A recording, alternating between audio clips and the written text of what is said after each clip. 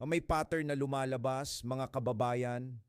Isang pattern na hindi dapat nating baliwalain. Nakikita ba ninyo ang lakas ng boses laban sa mga mahihinang bansa sa Mexico, sa Canada, sa mga kapitbahay natin dito sa Pacific? Pero pagdating sa Russia, pagdating kay Putin, katahimikan. Ganap na katahimikan. Ito ang pinakamatinding katanungan sa geopolitika ngayong 2025. Bakit ang isang superpower na dating walang takot harapin ng Soviet ay ngayon parang nag-aatubili sa isang diktador na aktibong sumisira sa Ukraine? Bakit mas malakas ang tahol sa mahihinang ekonomiya pero sa tunay na banta sa demokratikong mundo, tahimik? Ang sagot, simple pero nakakatakot. Dahil ang barking dog doesn't bite, tumatahol lang siya sa mga alam niyang hindi kakagat pabalik. Ito ang bagong realidad ng power politics, mga kabalayan. Hindi na tungkol sa justice or democracy ang foreign policy. Tungkol ito sa negotiation, sa transaksyon, sa sino ang may mas malaking leverage. Kaya natin dapat pag-usapan ito.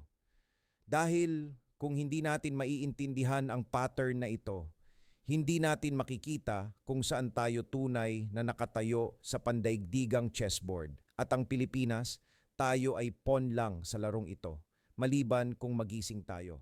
Tingnan natin ang mga ebidensya, mga kapatid. Simula ng 2025, ilang beses na ba nating narinig ang malakas na banta laban sa Mexico? Tariffs, border walls, military intervention, lahat yan naririnig natin araw-araw. Ang Canada, kaalyado natin sa NATO, banta rin ng economic sanctions. Ang China, oo, may tension din dyan, pero pansinin ninyo, ang tono laban sa China ay iba. May calculation dyan, may ingat. Pero sa Mexico, walang preno, walang diplomasya.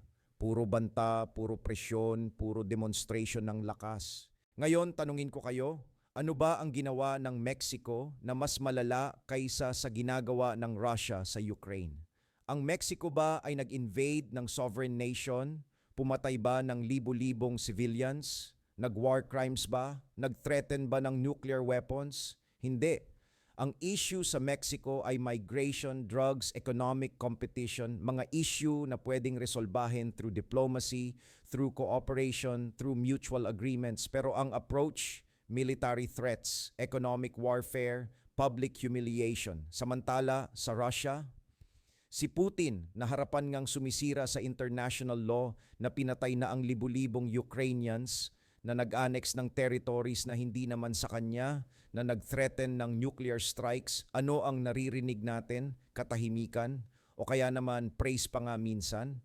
Sinasabi pang strong leader si Putin, sinasabi pang we can work together. Paano yan mga kapatid? Paano yan nagkaganyan ng balance ng moral clarity? Alam kong nakakagulat ito para sa marami.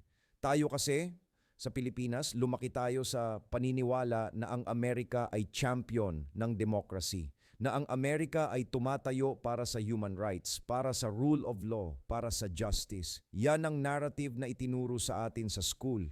Yan ang nakita natin sa history books. Ang Amerika na tumulong sa atin laban sa mga Hapon, ang Amerika na naging modelo natin ng democratic governance.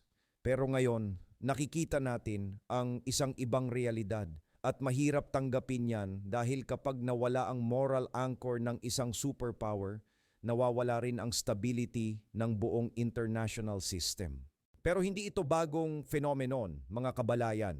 Kung titingnan natin ang kasaysayan, makikita natin na laging ganito ang geopolitics. Walang permanent friends, walang permanent enemies, may permanent interests lang. Yan ang sinabi ni Lord Palmerston noong 1800s at totoo pa rin yan ngayon. Ang pagkakaiba lang dati, kahit papaano, may pretense pa ng moral leadership. May attempt pa na ipakita na ang actions ay based sa principles. Pero ngayon, harapan na. Walang takip. Ang pattern ay clear. Bully the weak, appease the strong. At yan ang pinakamasakit dito mga kapatid. Dahil ang pattern na yan ay hindi lang tungkol sa Amerika at Russia. Yan ay tungkol sa buong architecture ng international relations.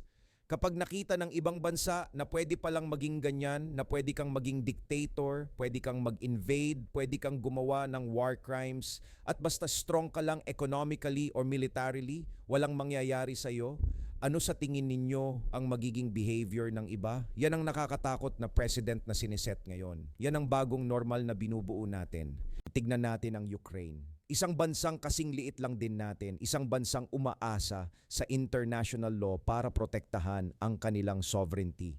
Noong 2014, kinuha ng Russia ang Crimea. Ano ang ginawa ng mundo? Economic sanctions. Pero tuloy pa rin ang trade, tuloy pa rin ang diplomacy, tuloy pa rin ang business as usual. Tapos noong 2022, full invasion na. At ano ang nangyari? Mas malakas na sanctions, oo. Military aid para sa Ukraine, oo.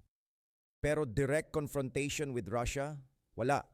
Dahil bakit? Dahil nuclear power ang Russia. Dahil may leverage sila sa energy market. Dahil matapang sila at alam nilang hindi sila basta-basta haharapin. I-contrast natin yan sa mga bansang mahihina, ang Libya, ang Iraq, ang Afghanistan, mga bansang walang nuclear weapons, walang malaking economic leverage, walang kakayahan na lumaban ng matindi. Ano ang nangyari sa kanila? Regime change, military intervention, occupation, walang pag-aalinlangan, walang diplomacy na nag-drag ng years, diretso, dahil kaya, dahil safe, dahil walang risk ng World War III. At dyan papasok ang ating pagiging realistic, mga kabalayan. Hindi ako nagsasabi nito para maging cynical tayo. Hindi ako nagsasabi nito para mawalan tayo ng pag-asa sa international cooperation. Sinasabi ko ito para maintindihan natin ang tunay na kalakaran ng mundo. Dahil sa military strategy, may principle tayo na know your enemy. Pero mas importante pa dyan, know the battlefield.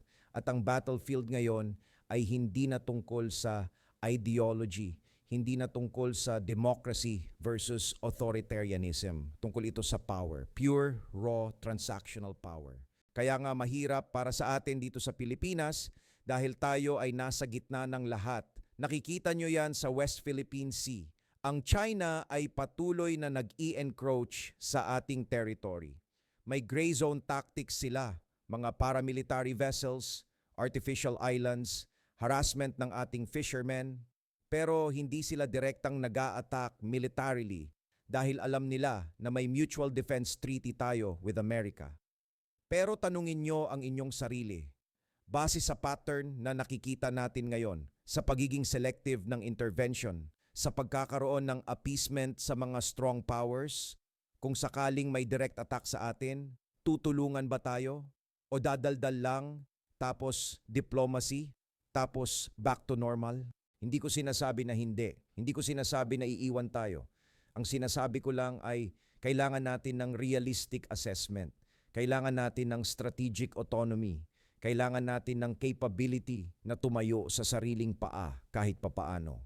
Dahil sa mundo ng geopolitics, ang awa ay para sa mahihina at ang mahihina ay laging naiiwanan. Balikan natin ang tanong, bakit tahimik sa Russia pero malakas ang tahol sa Mexico? Una, economic interest. Ang Russia ay may malaking role sa global energy market. Ang oil at gas nila ay kailangan ng Europe, kailangan ng maraming bansa. Ang China, pareho, manufacturing hub sila ng mundo. Pero ang Mexico, oo, may trade relationship, pero pwedeng bulihin dahil economically dependent sila sa Amerika. Pangalawa, military calculation. Ang Russia ay nuclear power na may sophisticated military.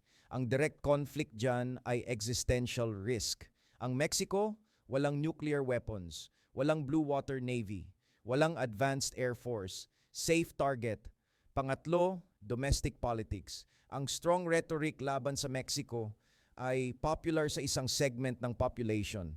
Ang appeasement sa Russia, may mga supporters din yan na ayaw ng conflict, ayaw ng war, gusto ng pragmatic relationship. Lahat yan ay calculation, lahat yan ay strategy. At yan ang dapat nating matutunan mga kapatid. Sa international relations, walang charity, walang goodwill na walang kapalit. Lahat ay transaksyon, lahat ay based sa interests. Kaya nga ang successful nations ay yung mga nakakaintindi ng game, yung mga marunong mag-leverage ng kanilang posisyon, yung mga hindi umaasa sa promises lang kundi may sariling kakayahan.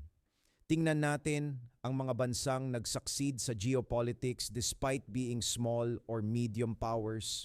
Ang Singapore, halimbawa, liit lang ng bansa pero economically strong, may world-class military, may strategic location, kaya kahit maliit sila, respected sila. Ang Israel, surrounded ng hostile nations pero survived dahil sa strong military capability at strategic alliances. Ang South Korea nag-transform mula sa war-torn country to economic powerhouse. May strong military, may technological advancement. Yan ang mga modelo na dapat nating pag-aralan. Pero ano ang nakikita natin sa Pilipinas? Divided tayo. May mga faction na pro-West, may mga faction na pro-China, may mga faction na gustong neutral. At dahil sa division na yan, walang clear strategic direction, walang consistent foreign policy. Ngayon alyado tayo ng Amerika, bukas warming up tayo sa China, tapos bukas mag-aaway na naman tayo. Paano tayo magiging credible sa ganyang kalakaran? Paano tayo mag-leverage kung hindi tayo predictable, hindi tayo reliable? Ang kailangan natin ay strategic clarity. Dapat alam natin kung nasaan tayo. Dapat alam natin kung ano ang ating interests. Dapat alam natin kung sino ang tunay na kakampi at sino ang potential threat. At base dyan, dapat may long-term plan tayo. Hindi yung reactive lang. Hindi yung pag may crisis lang tsaka mag-isip. Dapat proactive. Dapat prepared. Dahil sa mundo ng geopolitics, ang unprepared nations ay mga victim. Lagi. Kaya ang pattern na nakikita natin ngayon, ang barking dog that doesn't bite, ang selective outrage, ang appeasement ng strong at bullying ng weak, yan ay warning para sa atin. Warning na ang mundo ay hindi fair. Warning na ang international law ay para lang sa mahihina. Warning na kung gusto nating protektahan ang ating sovereignty, kailangan nating mag-invest sa ating capabilities. Kailangan nating pag-isahin ang ating bansa. Kailangan nating maging strategic, hindi emotional. At sa huli, mga kabalayan, ang tanong ay simple. Ano ang gusto nating maging sa Pilipinas? Gusto ba natin na maging Mexico? Bansa na binubuli kahit kapitbahay mo lang, kahit trading partner mo? O gusto natin maging Russia? Bansa na kahit nag-violate ng international law, tahimik lang ang mundo dahil respected ang power mo? Siyempre, hindi tayo dapat maging agresor. Hindi tayo dapat gumaya sa Russia sa pagiging violator ng human rights. Pero ang lesson ay clear. Strength matters. Capability matters. Unity matters. Yan ang realidad ng geopolitics. Mahirap tanggapin, pero yan ang totoo. At mas maaga nating tanggapin yan, mas maaga tayong makaka-adapt, mas maaga tayong makakapag-prepare. Dahil ang mundo ay hindi naghihintay. Ang pattern ay patuloy na umuusad at tayo, kailangan nating magtanong sa sarili, magiging tahol lang ba tayo o kakagat din?